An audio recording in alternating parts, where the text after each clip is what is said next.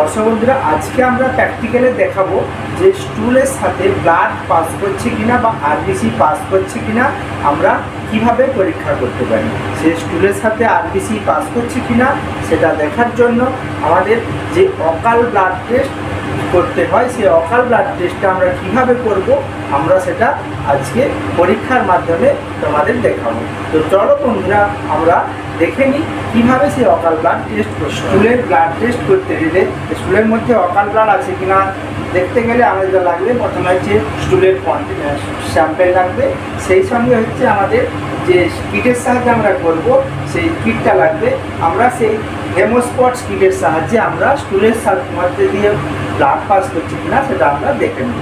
এই হচ্ছে সেই হেমোস্পট কিটের বক্স। কিটের বক্সের মধ্যে আছে এই যে কিট আছে, সেই সাথে এর সাথে আছে কি অ্যাপ্লিকেটার স্টিক। এর সাথে আরও যে দুটো জিনিস আছে সেটা হচ্ছে একটা পজিটিভ কন্ট্রোল, হেমোস্পটের পজিটিভ কন্ট্রোল, আর আরেকটা হলো ডেভেলপার, হেমোস্পট ডেভেলপার। অর্থাৎ এইগুলি এই কিটের মধ্যে থাকে। তো আমাদের টেস্ট করতে গেলে আমাদের কি করতে হবে, প্রথমে আমাদের কি করতে হবে, এই যে কিটটা আছে কিটের মধ্যে পেশেন্টের নাম, তার এজ, সেক্স, সেই সাথে তার কোনো ইউনিক যে আইডি আছে সেই আইডিটা এবং কোন ডক্টর পাঠিয়েছে সেটা এখানে ফিল আপ করে নিতে হবে, যাতে করে একসাথে অনেক টেস্ট করতে গেলে গুলিয়ে না যায়। এই জন্য প্রথমে আমি নাম, এজ, সেক্স, সেই সাথে তার আইডি এবং কোন ডক্টর পাঠিয়েছে সেটা আমরা লিখে নিয়েছি। এরপরে বন্ধুরা দেখো, এখানে দুটো স্পট আছে, এ এবং বি। এই দুটো স্পটে আমাদের কী করব, ওই এক্সামিন যে স্যাম্পেলটা পাঠিয়েছে সেই স্যাম্পেলটা এই অ্যাপ্লিকেটার স্টিকের সাহায্যে দুটোতে লাগিয়ে দেবো। দুটোতে লাগিয়ে দেওয়ার পরে তারপরে আমাদের কী করবো, এটা উল্টো দিকে দেখো, এখানে হচ্ছে রেজাল্ট উইন্ডো ভিউ। সেই রেজাল্ট উইন্ডো ভিউ যে আছে সেই রেজাল্ট উইন্ডো ভিউতে আমি যদি দেখি যে এখানে এই যে পোর্শনটা, এখানটায় কী করবো, একটা দিকে আমাদের কী করবো, পজিটিভ কন্ট্রোলটা এক ড্রপ দেবো, আর অন্য সাইডে আমরা কী করবো যে হেমোস্পট ডেভেলপার এক সাইডে দেবো। দেওয়ার পরে 2 মিনিট আমরা অপেক্ষা করব। 2 মিনিট অপেক্ষা করে আমাদের কি রেজাল্ট আসছে দেখব। যদি আমরা দেখব যে হেমোস্পট ডেভেলপার দেওয়ার পরে ওই জায়গাটার কালার চেঞ্জ হয়েছে, অর্থাৎ ওই জায়গাটা যদি গ্রিনিশ কালার বা ব্লু কালার হয়ে যায়, তাহলে আমরা জানবো যে ব্লাড আছে স্টুলের মধ্যে।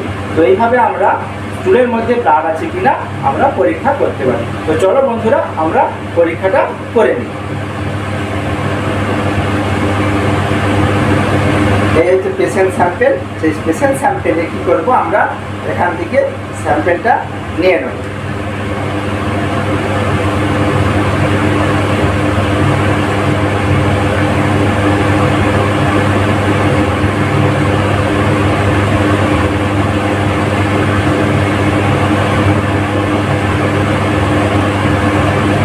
এ এবং বি দুটো পোর্শনে স্যাম্পেলটা লাগিয়ে দিই।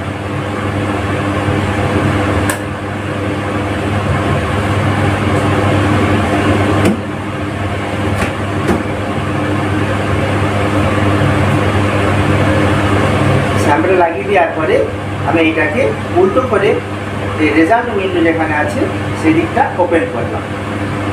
ওপেন করার পরে একটা সাইডে, অর্থাৎ দুটো যে সাইডের মধ্যে একটা সাইডে আমরা কী দেবো, একটা সাইডে আমরা পজিটিভ কন্ট্রোল এক ড্রপ এখানে দেবো।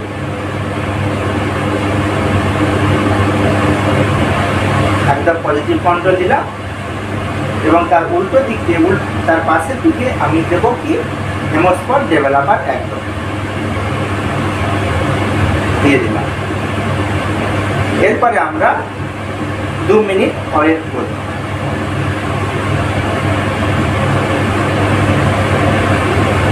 তো আমাদের যে ব্লাডের মধ্যে স্টুলের সাথে ব্লাড পাস করছে কিনা দেখার জন্য মেনলি এই অকাল ব্লাড টেস্টটা আমরা করে থাকি। সেই অকাল ব্লাড টেস্ট ব্লাডের সঙ্গে অনেক সময় স্টুলের সাথে অনেক সময় ব্লাড এসে থাকে। তার কারণ হচ্ছে অনেক সময় গ্যাস্ট্রোইন্টেস্টাইনাল ট্র্যাক্টে যদি কোনো জায়গায় কোনো রকম কোনো ইনফেকশন হয়ে থাকে, বা ওই গ্যাস্ট্রোইন্টেস্টাইনাল ট্র্যাক্টে যদি কোনো জায়গায় কোনো কাটা থাকে, তো ওই দিক থেকে কী হয়, ইন্টারনাল ব্লিডিং হতে থাকে। সেই ইন্টারনাল ব্লিডিং হলে কি হয়, যখন আমরা স্টুলের টেস্ট করব, সেই স্টুলের টেস্ট করলে আমাদের ওই ব্লাড পাস করছে কিনা আমরা সেটা জানতে পারব। তো সেই জন্যে মেনলি অকাল ব্লাড টেস্ট ডক্টররা দিয়ে থাকে। তো বন্ধুরা, আমরা সেই 2 মিনিট ওয়েট করার পরে আমরা দেখে নেব যে এই স্টুলের সাথে ব্লাড পাস করছে কিনা সেটা জানতে পারবো। তো দর্শক বন্ধুগণ, আজকে আমরা সেই অকাল ব্লাড টেস্টটা তোমাদের সামনে তুলে ধরলাম। এই অকাল ব্লাড টেস্টটা কীভাবে করতে হয় হেমোস্পট স্পিচের সাহায্যে।